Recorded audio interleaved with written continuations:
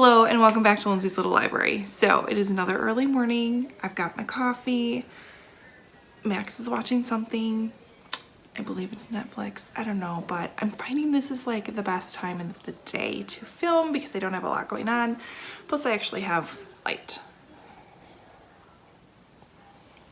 So let's get started. I thought I would do, well, a few weeks ago I did a video on books that were set in the Carolinas because I had noticed quite a few books either that I was reading or I was coming across seemed to have that theme.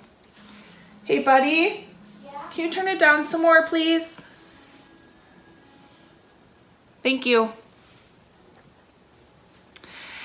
And in that video I asked you guys if there was any other kind of theme that you were seeing that you wanted me to talk about, and someone had mentioned books set in New York, and again those I definitely have been seeing a lot of books set in New York, plus I've read quite a few of them. So I thought I would highlight a few that I've read, some that I've had on my, or I have on my shelf. This is by no means a complete list. This is just kind of what came to mind when I was thinking about this. And of course, like the ones that I've read, I don't have a whole lot of them. I don't really know what happened to some of them. I seem to be losing my books, but I know I'm borrowing a lot of them out to people right now just because our library is still just curbside only, and I'm finding a lot of people are missing that like ability to go browse shelves, so they come here, which is totally fine. I just need to keep better track of who has my books. Anyways, let's not talk about that. First book that came to mind when I thought about books set in New York was Lock Every Door by Riley Sagar. I do know who has this book. This takes place in New York City. Actually takes place at a very exclusive apartment building called the Bartholomew. It's early. Anyways, this apartment building is located right on Central Park, right by Central Park. And we have our main character who is kind of down on her luck. She has recently lost her job. She's moved in with her friend. She's kind of hanging out on her couch until she figures out what's going on. And so she responds to an ad looking for apartment sitters at this very exclusive apartment building. So she ends up going there thinking there's no way I'm qualified for this. Well, she is. She's hired. But she has to follow some sort of strange rules while she's there apartment sitting. And you have this dual timeline perspective that's going on that I think adds so much to the story. And I don't want to say any more because I don't want to spoil anything, but it is a fantastic book. I read that book so fast. It was awesome. Lots of New York vibes in that. Tons of them. Next book I want to talk about is a classic for myself. This is from the Mixed Up Files of Mrs. Basil E. Frankweiler by E.L. Konigsberg.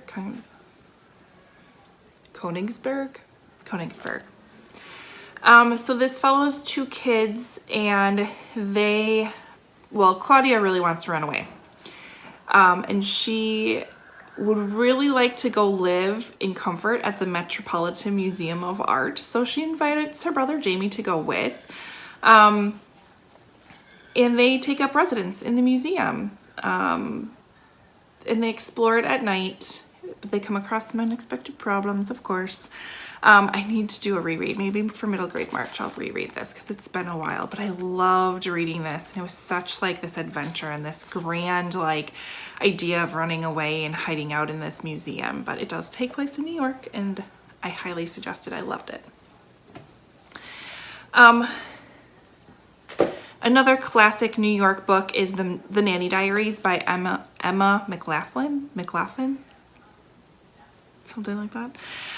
This one follows our main character who becomes a nanny for a very well-off family in, I believe, in Manhattan.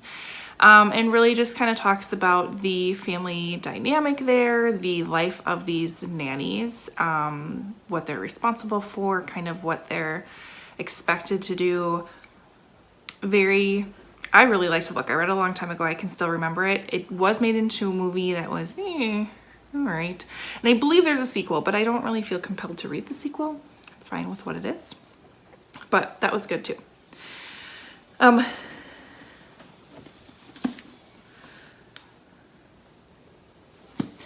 Next book I want to talk about is The Woman in the Window by A.J. Finn. This follows our main character, Anna, who is a recluse in her New York City home. She, being a recluse, never ventures outside. She enjoys her many glasses of wine every night and watching her classic black and white movies and spying on her neighbors. And she notices something interesting happen at one point with one of her neighbors. Nobody's really believing her and thinks she's just this crazy drunk, and she's having a hard time getting people to listen and realize exactly what happened.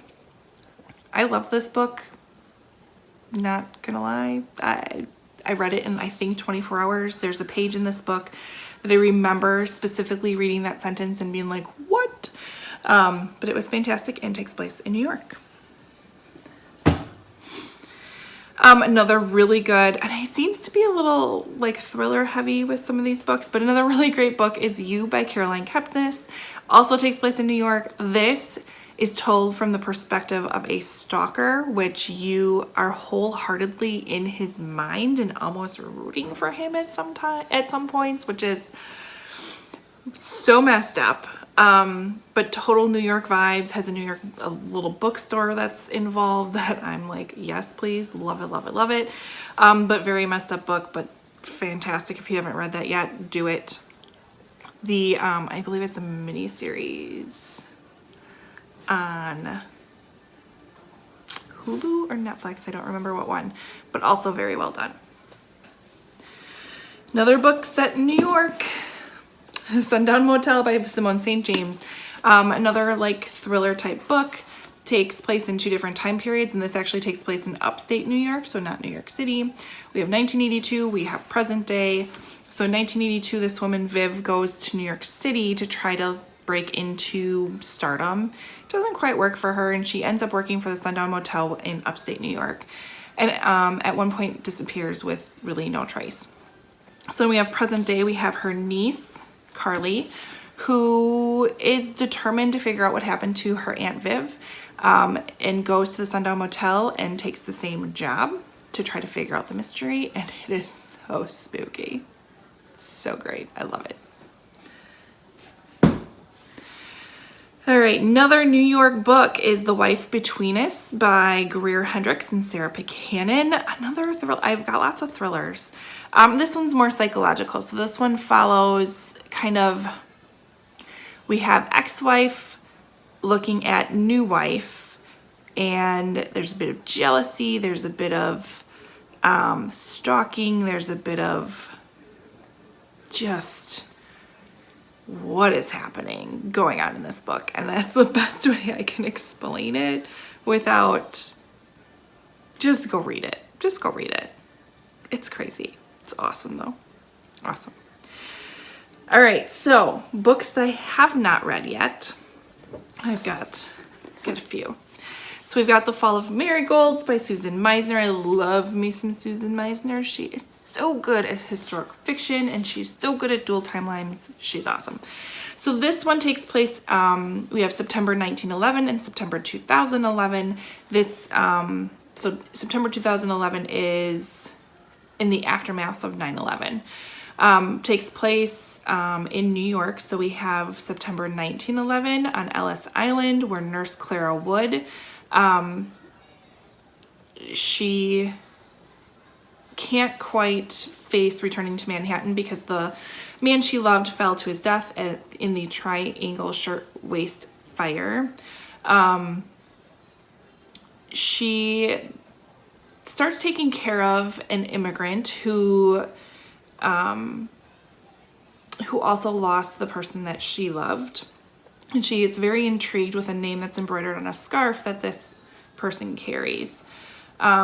She's caught in a dilemma that compels her to confront the truth about the assumptions she made and what she learns could devastate her or free her. And then we have September 2011, Manhattan's Upper West Side. Widow Taryn Michaels has convinced herself that she's living fully, working in a charming specialty fabric store and raising her daughter alone. Then a long-lost photograph appears in a national magazine, and she is forced to relive the terrible day her husband died. The same day a stranger reached out and saved her, but a chance reconnection in a century-old scarf may open Taryn's eyes to larger forces at work in her life. So, interested in that one for sure. I feel like I need to read it in September though. I don't know why. Next one I have is Swans of Fifth Avenue by Melanie Benjamin. This follows our main character, Babe Paley. She has the appearance of having it all: money, beauty, jewels, prestigious husband, gorgeous homes, very influential friends. But this, it seems like it's all a front. It seems like it's too good to be true, and something comes out. It says, Babe never imagines the destruction that Truman, this other character, will leave in his wake. Once a storyteller, always a storyteller, even when the stories aren't his to tell. But it feels very like high society drama-ish to me. So excited for that. The next book I have is The Appearance of Annie Van Cinderen by Catherine Howe. This sounds really like a bit mysterious and a bit like there's going to be some sort of unexpected twist to this book. And I don't know where I'm getting that impression, but I am. So July, New York City, we have our filmmaker Wes just arrived to start his summer term at NYU. While he's shooting a scene at a psychic's in the East Village, he meets a mysterious, intoxicatingly beautiful girl named Annie. So they start spending time together. He starts falling for her. He's very drawn to her. He can't figure out why, but there's just something about her that compels him to like continue to interact and be with her. Annie she's from the city, yet she seems just as out of place as Wes feels. She's been searching for something, a missing ring, and she's running out of time and she needs Wes's help. And as they search, Annie and Wes uncover secrets lurking around every corner, secrets that will reveal the truth about Annie's dark past. They met at a psychic's office. Like, is she a ghost? We shall find out. Next New York book I have is Manhattan Beach by Jennifer Egan. This follows our main character, Anna. She's 12 years old and she accompanies her father all of the time when he visits this man named Dexter Stiles. She gets the impression he's a very important man, but she'll go with him, but I don't think she's really a part of like what these two men do together. Years later, her father's disappeared. The country's at war. I believe it's World War II. Anna works at the Brooklyn Naval Yard as the first female diver. And she repairs ships. So one evening at a nightclub, she runs into Dexter Stiles again and begins to understand the complexity of her father's life and the reasons he may have vanished. She feels that Dexter has those answers. So it sounds a little like Quest-ish, like she's trying to figure out what happened to her dad. I'm assuming it's tied to the war. I don't know, but I've heard great things about that one. Next book I have is Brooklyn by Colm Toibin. So this follows Ilis Lacey. She grew up in Ireland, but in the years following World War II, an Irish priest from Brooklyn offers to sponsor her to move to America, so she does. She starts working at a department store and finds love in Tony, who is also from a really big Italian family. Slowly wins her over, but something happens just as they're kind of starting to get settled and fall in love. Devastating news from Ireland threatens to promise her future. So I believe she leaves her sister and her mother behind, something like that. But sounds interesting and good immigration story. Would love to read that. Keeping with the Brooklyn theme, I've got A Tree Grows in Brooklyn by Betty Smith. I don't know what it's about. I just know it's a classic. It doesn't have a synopsis. I don't know anything about it. Powerfully moving novel and an honest and true one. It cuts right to the heart of life. The Nolans lived in the Williamsburg slums of Brooklyn from 1902 to 1919. Their daughter Francie and their son. Neely knew more than her fair share of the privations and sufferings that are the lot of a great city's poor. Primarily, this is Francie's book. She's a superb feat of characterization and one of the most dearly beloved and one of the most finest books of our day. I don't know anything else. But A Tree Grows in Brooklyn. Like I said, I've heard it's classic and I need to read it. I'm sorry. Okay, 3 more books. We have Montauk by Nicola Harrison. I actually just got this from a friend of mine. So Long Island, 1938. 3 months, this humble fishing village serves as the playground for New York City's wealthy elite, but all Beatrice Bordeaux desires is to reignite the passion between her and her banker husband, Harry. Instead, she's spending 12 weeks sequestered in their high society with the other high society wives at the Montauk Manor, while her husband dallies with his extracurricular activities. As Bee drifts further from the Manhattanites and toward the Montauk's natural beauty and community, she finds herself drawn to a man nothing like her husband. Desperate to embrace moments of happiness, no matter how fleeting, Bee soon discovers that such moments may be all she has when fate conspires to tear her world apart. And one of you guys told me this was awesome, so I definitely need to get to that book. Next one I have, I kind of excited for too, takes place in New York. It's called The Address by Fiona Davis. This takes place at a very grand hotel called the Dakota, or a New York apartment building, not hotel. So we have 2 timelines, I believe, here. So we have Theo Camden is the architect, and Sarah Smith manages this apartment building. I believe there's a relationship between those 2. And then we fast forward to 100 years later, the former interior designer Bailey Camden, who is the descendant of Theodore Camden, of Theo, fresh out of rehab, desperate for new opportunities. So she decides to go and renovate the apartment building that Theo had, and comes across, I believe, some sort of newspaper clipping or something about some sort of notice when she's doing this renovation that Theo was actually stabbed by a madwoman employee named Sarah. So something happened during that.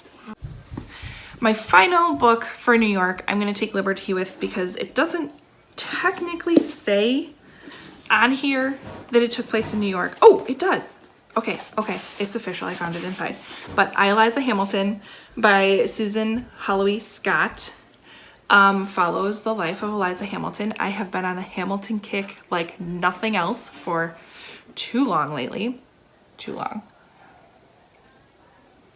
So I'm super excited to get to this because Eliza is like, love her. And see what Susan Holloway Scott has to say about Eliza Hamilton. So that one definitely takes place in New York. I've confirmed based upon the chapter right here, New York City. New York City. Okay. Anyways, those are my New York books. Shameless plug because the New York, Big Apple, anything Apple related. I do have some Apple book sleeves in my Etsy shop if anyone's interested in them. This is kind of maybe more crabapple, but they're super, super cute. I'm loving them. Like awesome back to school. Oh wow, Snickers got some hair on this one. I'll have to clean that one off. But navy blue background with apples. And then we've got this cool like wood grain background with apples. And then we have a gray like inside. And then again, this one's got like script in the background. These little, I think they're crab apples. I don't know, they're pretty. But these are in my Etsy shop if you're interested. And then I'm also working on some cool like fall Halloween prints that are coming hopefully sooner than later. So shameless plug at the end, check it out. If you've read any great books that are set in New York, comment below. And if you have any other, I don't know, other states, I'm looking at Alaska. I've got a couple Alaska books that I might want to go through, but this is kind of fun. It again opens myself up to like looking at books I haven't probably looked at in a while. So like, comment, subscribe, all that fun stuff, and I will see you next time. Bye. I don't even know where to start.